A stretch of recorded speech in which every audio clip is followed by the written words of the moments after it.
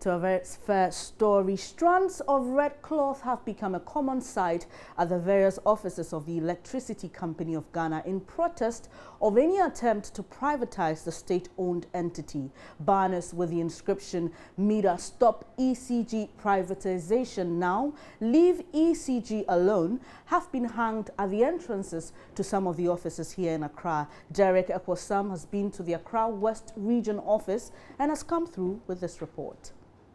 The issue about the privatization of the Electricity Company of Ghana seems unending.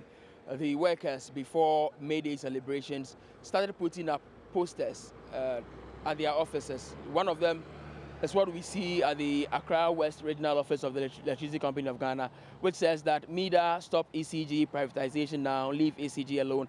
Essentially, it's a sort of warning to the Millennium Development Authority not to meddle in the affairs of the ECG. And I'm sure you also remember that during the Midday celebrations in Wa, there was somewhat a bigger demonstration, even when the president was around. The president also spoke. He said that ECG would not be privatized. All they needed to do was to work on the customer service bit so that it gives Ghanaians a better service. That statement also did not go down well with the Public Utility Workers Union, who also said that, yes, President Mahama has spoken, but his posture depicts something else. It appears the workers of the Electricity Company of Ghana are not reneging on their efforts to drum home the point that ECG should not be privatized. And so these banners are at every ECG office across the country. This is what you are seeing here at the Accra West Regional Office of the ECG. I also know there are some at Tema and some other offices.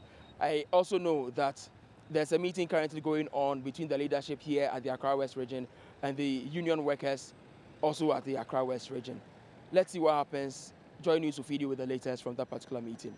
From the ECG offices at the Accra West region, Derek Ekwosam for Joy News. Away from that, some stakeholders in the just-ended limited voter registration exercise have added their voice to growing demands to pressure the Electoral Commission to extend the exercise. Both phases of the 10-day registration ended, with dozens of residents in Tema unable to register. Voters registration in Tema and Ashaiman was peaceful, despite the fact that a number of applicants had to postpone the dream of acquiring a voter's ID card. This is because cards produced after 6 p.m. were considered invalid per automatic settings on the biometric registration equipment. At Tema Community 2 Agwe Road Registration Center, some applicants insisted on having their cards. Officials had no option than to rely on a lamp to continue the exercise as night fell. In all, 524 residents were registered, with 4 challenged. Registration officer at the Agwe Road Center, Evelyn Boache, fears about 40 residents who were turned away due to time constraints might be disenfranchised. This is Kasajan electoral area. I mean, the number of people who came to register was very encouraging as compared to Committee 4, Republic Road. We couldn't register everybody. Those that we couldn't register were about 30 to 40 people. They came late, I should say. Some were here as late as 5 p.m. And the kind of machine that we are using, by 5:36, no, you can't capture. So we couldn't register them, especially those who came after 5. Yes, so I wish we could extend our dates so we can register as majority of Ghanaians who are qualified to register this year. Meanwhile, some party agents believe an extension is the only way to ensure that all those who want to participate in the November polls get that chance. From what I've seen in other areas, it was well organized here. Okay. There was unity among us. We worked as a team. We help each other, so everything moves smoothly. So long as they are 18, they have the right to vote. They should not be neglected. So I support the call that the EC should make time available for those who were not able to register. New Democratic Party agent Anthony Kina is hopeful the EC will see the need to extend the registration period. The exercise went through fairly. We did not encounter any serious problem or challenges.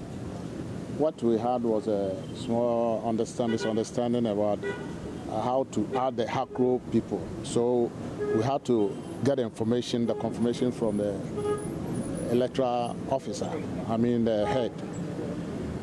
Yeah, then he gave us the way that it's all committee 2, it's within the constituency. So we have to register those from HACRO who were not able to register. I think it will help in a way because a lot of youth people who are up to 18, who are 18 and a little about maybe to 20, most of them were here. They could not register.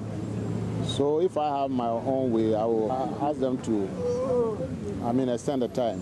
A report by Kwame Yanka for Joy News. Meanwhile, the directors of elections of the two major political parties, the NDC and MPP, have been sharing their reservations with Joy News on the outcome of the just-ended limited voters registration. I don't think that that's an ideal measure to deal with the problem at hand. The very position taken by Opposition Profu is even the reason why we cannot go by the continuous registration. The CI makes provision for the continuous registration, but the same CI says in clause 2 that the political parties and the EC must agree to the modalities. These are the modalities as given to us by the Electoral Commission. We have not reached any agreement yet. It's an innovation we are getting into. Never happened before, continuous registration. So you are not going to have to put in place the needed infrastructure before you can roll out or implement. I don't see that as a means, an effective way of dealing with the problems that we have over this registration that just ended 2 days ago. You don't really have the time, and we may not even put this on stream for 2016 elections. People may start the registration, but of course, there is an administrative cutoff point at which if people register, you cannot migrate them until they do register.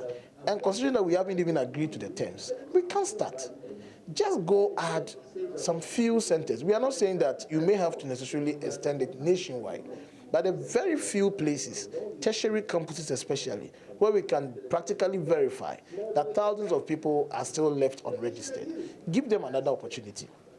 Going by the set figure of 1.2 million could be very deceptive. And I made the point that you always have a carry forward measure. Since 2012, when we set out to register, not everybody who ought to have been registered or who was eligible got registered. I mentioned there a figure of some 650,000 between the Ghanaians counted and the eligible population who failed to register. They may have sought opportunity either in 2014, limited registration, or 2016.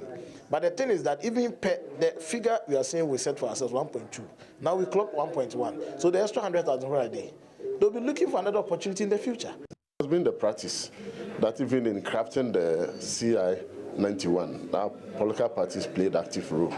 And before the exercise, the Electoral Commission had already circulated a proposal for continuous registration, the modalities to the political parties for us to make inputs.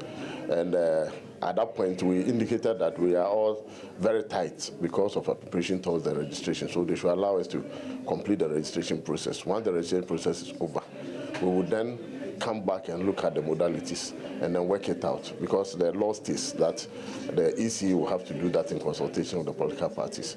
So we as a political party, we are going to look at the proposal, the modalities for the continuous registration.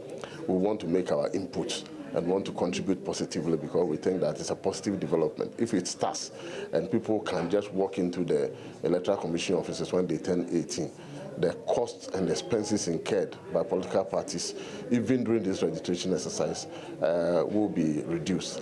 And we'll be looking at how we can guarantee the security and the credibility of the process such that people will not abuse it, because it's going to be very difficult, for instance, for political parties to station their agents in every district office of the Electoral Commission throughout the whole year, because for every day somebody turns 18, the person can go. So safeguards, we'll be looking at what necessary safeguards will be put in place to assure us that the whole process will not be abused and that it can still continue to guarantee the credibility of the exercise. Considering the safeguards you're talking about, will it be feasible to have this done between now and this year's elections?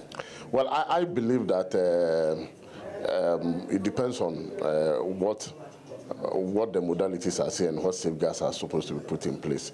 We believe that if you call for extension of the registration exercise by another 1 week, by the time that 1 week will end, there are still people who will come and say that they did not register. So there must be a definite end to the process. There's a roadmap that the Electoral Commission has set up towards the elections. We all have copies of that roadmap. There's a period for the registration exercise. There's a period for review committees to sit. There's a period for the exhibition of the provisional register, and then once the register is clean of all undesirable elements, the final register will have to be produced and given to the political parties, I think 3 clear weeks before the election, so that we can use it as a document for monitoring purposes. Away from the limited voters registration exercise, 3 students have sustained injuries in a rainstorm that has caused extensive structural damage to Brekum Senior High School. Roofs of the classrooms and dormitories were ripped off during a Monday night downpour. Precious Semevo, our Eastern Region correspondent, has been telling us more. The situation is very, very bad here. I must extremely bad. But for the dormitories in the school, it could have been something else. Now, classroom blocks, dormitories, dining halls have been ripped off, crashing into other buildings, leaving all the students, stranded, not sure what to do. The situation is very, very bad here. Electric poles has all been brought down, leaving the school without electricity as at this morning. And my check this morning normally reveals that 3 of the students got injured at the time of the incident, and as we speak, they are receiving treatment at the Holy Family Hospital in Brekum. 2 of them were discharged yesterday, but they were sent back to the hospital this morning for further checks. Now, the incident happened at the time that the students were rushing to their dining halls to take their lunch, their supper yesterday when the incident happened. Well, everything has, come to a standstill as at now. There is no teaching and learning going on now because time will have to be spent to clear the mess on campus, the extensive mess here on campus. And I can see the students together with their tutors, going around with other laborers, ensuring that they can clear the pathways for vehicles and where some of the students can also use in order to make life a bit comfortable on campus for them today. We know that some schools are writing examinations. Is this particular institution part of those schools? Yes, Brekum Senior High School is a WASI center and also a depot for West African Examination Council, and this is where they keep questions. And according to the headmaster, Ebenezer Kwejiri Ayensu, he told me that the situation has not affected WAEC exams in any way. As we speak, students who are writing French will be doing that today and it will continue tomorrow. Ebenezer Kwejiri Ayensu is the headmaster of the Brekum Senior High School, and he joins me now on the phone. Good afternoon, sir, and thanks for your time. Good afternoon. What is the school currently doing to continue its academic work without further delay? But for today, we couldn't go to classes because there is a lot of work on campus as a result of the storm. And so both teachers and students are helping to clear the field. But I hope tomorrow classes can go on. And so we are getting ready so that tomorrow we can continue with classes. Mr. Ayensu, what have you put in place to make it possible for students to be able to go back to class tomorrow? But fortunately for us, our classrooms were not affected. Students' dormitories were also not affected. And so that is a clear assurance that both students and teachers can go to class. Except that as a result of what happened, there is a lot of work on campus. So we dedicated today to clear the field, so that tomorrow we can get to the classroom. How have the students and teachers been reacting to the incident? Excuse me, please. How have the students and teachers been reacting to this incident? Well, really, everybody said about it, but then we thank God that there wasn't any human casualty. Nobody was affected seriously. And so that is our joy in the whole thing. But then we are all helping to organize so that we can continue with academic work. So about the injured students you spoke about, any reports on how they are faring now? But they are doing well. I sent the senior house mistress to the place, and the report is that they are doing very well. Lastly, Mr. Ayinso, what's the plan to get the damaged infrastructure back into shape? We have to formally report to our headquarters through my district and regional director. And then once we make the formal complaint to them, they will work, and then we will also take your medium to appeal to philanthropists and all others who can come to our aid to support us.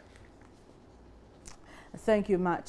Thank you very much, sir. That was Mr. Kwejiri Ayinso, headmaster of the Brekum Senior High School. We'll take a quick break on Joy News Today. We'll be back with more. Please stay on.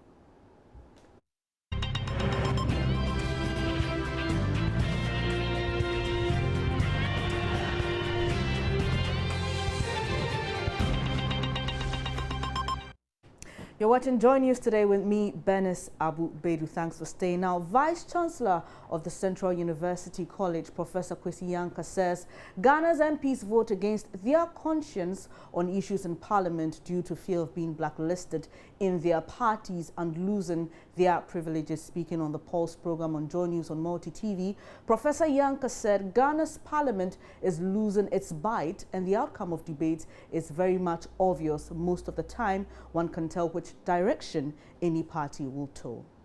There have been quite a number of, not enough, there were a few instances where members of the majority have a minority within the majority.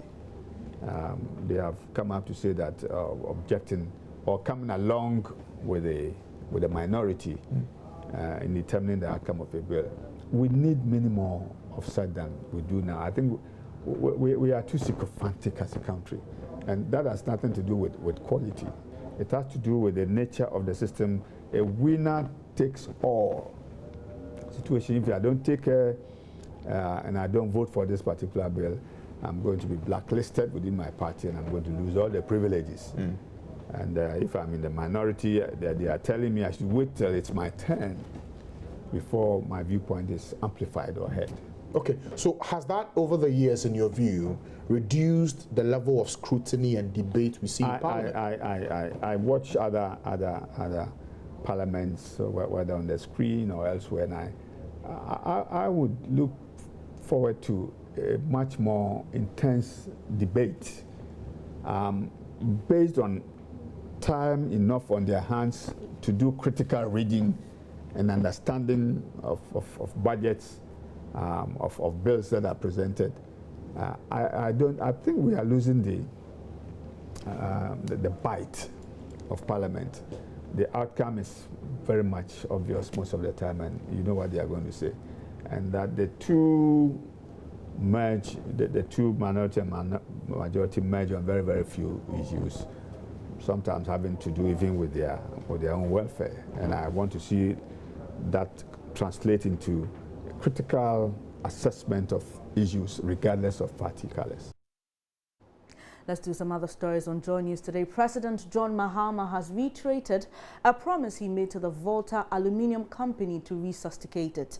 The aluminium smelter has been a pale shadow of itself in the last few years due to lack of electricity to power its operations. President Mahama, who was addressing the workers on a visit to the Tema Industrial Enclave, assured the company will soon have enough electricity to get back on its feet. Mentioned Volta and the shipyard and dry dock, we must bring these assets back to their glory day. I was here 13 months ago, and this is the next time I've come here. We've discussed with your management. We've been going through a power crisis. Happily, we can see light at the end of it.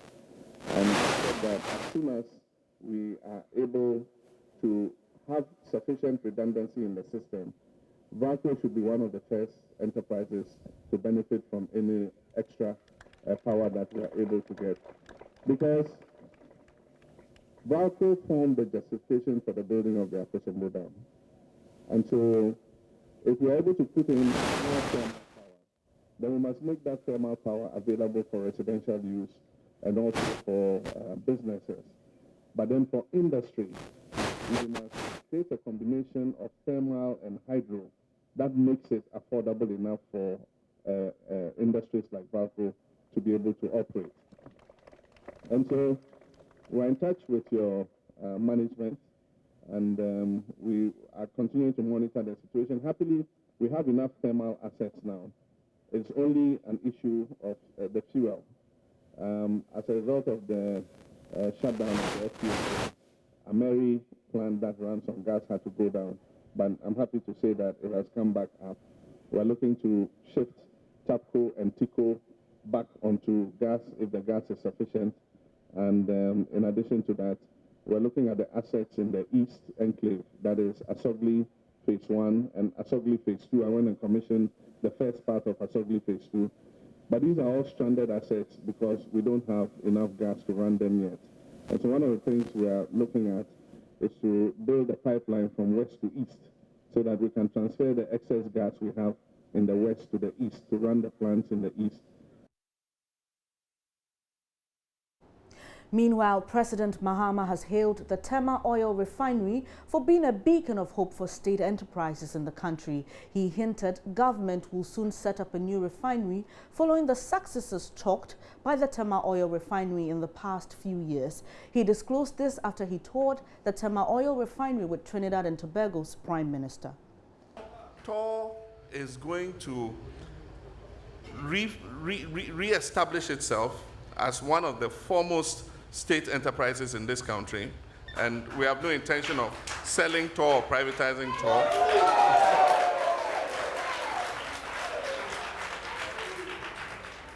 So it's going to become one of the most efficient producers, but in addition, TOR is going to grow its capital base and refinance its debts over a period of time, and government is going to assist you with that.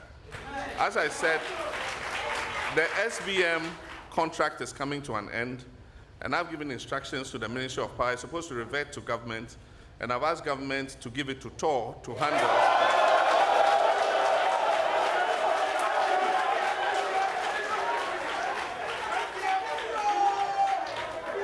We're going to refurbish your storage tanks. TOR is going to refurbish its storage tanks and expand the amount of petroleum products that we can produce and store.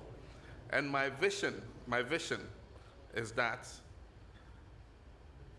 inshallah, that land there, we will begin building a new refinery with an even bigger. We will ramp up this refinery to its maximum of 60,000. And then we will start the planning of a new 100,000 barrel per day refinery on the extra land there. And so the story has just begun. There is a lot more you are going to achieve together. And if there's one thing that I can say for certain, I'm proud of what you've achieved. I'm proud of the workers of TOR. I'm proud of the management of TOR. And I said at the Workers' Day that what TOR has done is an example, TOR and BOST have done, is an example to all state enterprises that we cannot have the mindset that once an organization is a state enterprise, then it cannot run efficiently. And you're going to continue to prove that story right. I'm going to send people to come and emulate what you've done. A few months or years ago, I would not have dared bring the Prime Minister of Trinidad and Tobago here. But today I can confidently bring any international visitor here, certain in the fact that this is an enterprise that is moving forward. Let's move away from industries. There are almost 15,000 prisoners in all the 43 prison installations in Ghana. Some of these prisons are 400% congested, meaning some inmates must squat for almost 15 hours during lights out. You will think that in such appalling conditions, any chance at freedom will be grabbed with two hands. Well, it has emerged that some of these inmates do not want to go home even when they are discharged. Some go as far as ensuring they're rearrested and imprisoned just a few hours after they are released. Here's correspondent Mohammed with more. Yes, the situation is very common and very rampant, especially in the Ashanti region and the amount from prisons camp, where ASP Kufuor spoke to me, and he indicated that earlier he was in charge of prisoners' welfare, and these sentiments are the issues that the prisoners brought to him or got to his attention after some of them, showed signs of reluctance to go home and meet their respective families. So in the course of interviews and meetings with the inmates, that is where prison authorities got to know that some of these chunk of the prison, the inmates were not welcomed home. So that is why he echoed the sentiments of the prison authorities.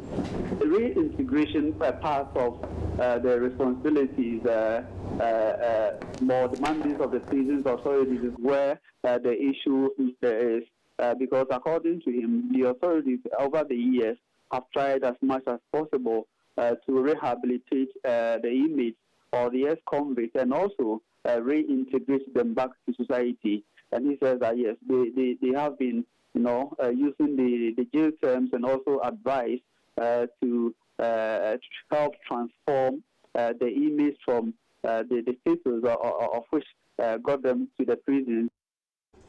Chairman of the Prison Service Council, Reverend Stephen Wengam, has attributed the situation to lack of funds on the part of the council to deal with the situation. He made mention of some challenges the council is facing from some of its very own members. We are facing some challenge, public service, some people don't like reforms because the reforms we are pushing, it's affecting some people. Some people benefit. You won't believe it, Mama B. Some officers benefit from this situation now. And so as we are pushing this, some are not excited. And some are resorting to all kinds of funny means to try to derail the process. So you have a challenge even within the service itself. Some officers, like I said, who benefit from the corruption that goes on in the system, who benefit from all kinds of things that goes on, are not too excited. What's the plan, to deal with such persons? Well, for now, they are faceless people who are trying to, drop anonymous letters and create problems. You understand? But we are on the ground. We are not perturbed. I want to use this medium to tell them we are not perturbed.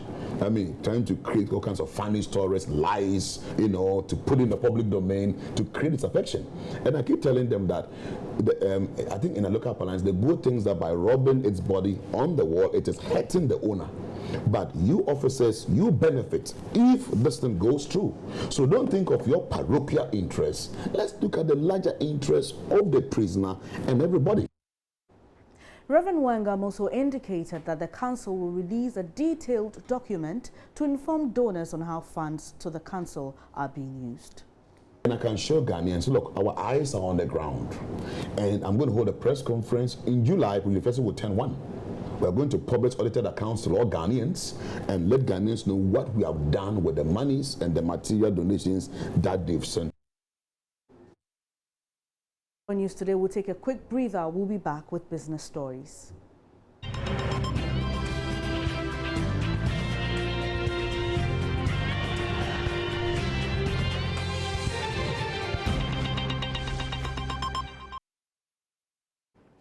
And now time to do some business. And the director in charge of corporate and legal affairs at the Accra Brewery Company Limited, Adjoa Chiama, has rejected speculations that there is a current shortage of cassava on the market. In an interview with Joy Business, she explained that her company received normal cassava supplies for production and that information from the Ministry of Agriculture does not suggest any shortfall in supply. We conducted a number of studies and we realized that, sourcing for cassava locally would be the easiest option because the government has cassava as a national priority to commercialize it.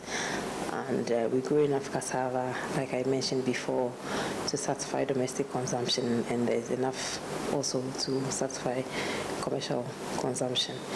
And therefore, we decided to introduce the cassava beer because we knew that we would have a reliable source of raw material.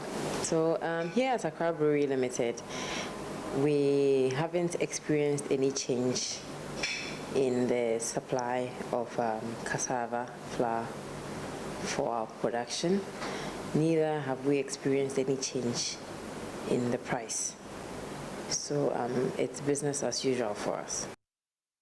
And some economists have proposed new global rules which will force companies to publicly report their taxable activities country by country. The call for global tax transparency is expected to curb the abuse of tax regimes across the globe.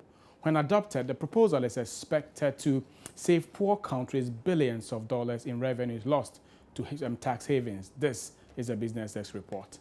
The concerns, which come in the aftermath of the Panama Papers leak, has revealed how some rich people hide wealth, sparking widespread condemnation that the authorities had failed to act. Research carried out by Columbia University professor James Henry for the Tax Justice Network found $12.1 trillion had been shifted out of emerging economies. Poor countries are said to be the biggest losers from tax havens. In a letter to world leaders, economists urged the UK to take a lead in the push for more tax transparency. For some economists, these tax havens basically allow companies and certain individuals to free ride on the rest of humanity, and shows how the rich and the powerful really control the levers of finance. These companies and people make money in one country by using workers educated with public money, using roads, ports, and other infrastructure paid for by the taxpayers of that country, and moving the money into another country in a shell company which doesn't really do any business there. The economists, who include almost 50 professors from British universities, argued that the UK's position over what it says is a third of the world's tax havens makes it uniquely placed to take the lead. According to the report, governments must also put their own houses in order by ensuring that all the territories for which they are responsible make publicly available information about the real beneficial owners of companies and trusts. So that will be it for business. My name is John Kojo Amwaku. For more, you can join me on the marketplace between 1 and 1:30 for some compelling business stories. Coming up next is your sport and entertainment. Please stay.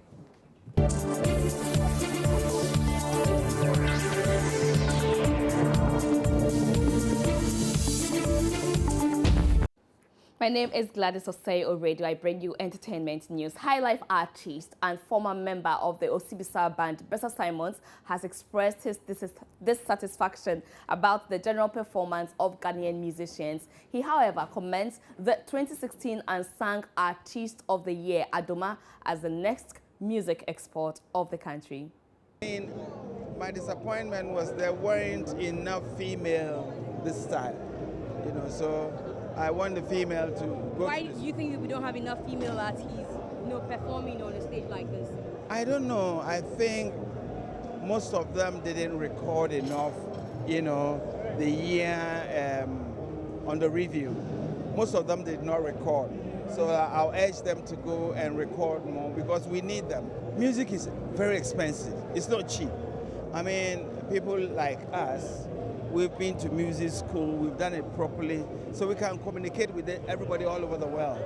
And that's why we are still in music. But, now more people want to rap, they want the cheap way, they don't want to learn, and I think they should learn. Once you make a hit, you are in trouble because that's where you have to go back and learn the basics, what you didn't know before you came into this business. So I will urge them, if you make a little money, spend a little bit to also better yourself. I love some of them. I loved a fierce performance. And there was this little girl, what's her name? Adoma. Adoma is going to be a big star, but she will have to be in the right hands. I tell you, she is the next export we've got coming. What do you think of that?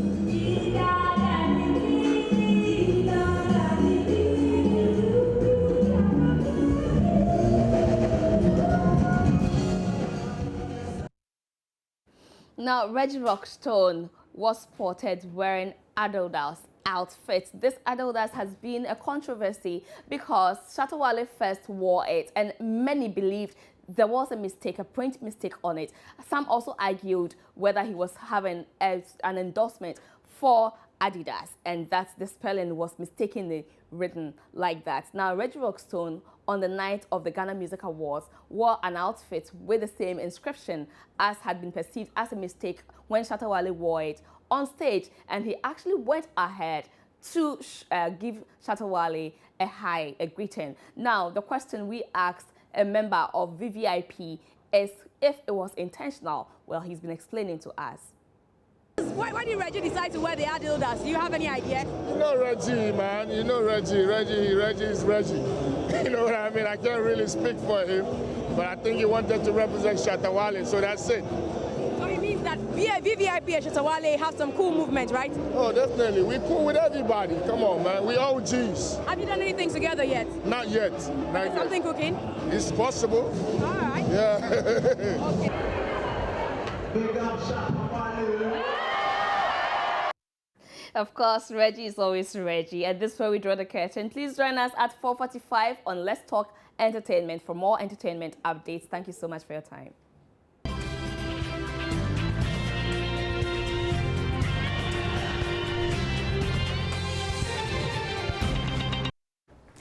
That'll be it for this edition of Joy News Today. For more news, log on to www.myjoyonline.com.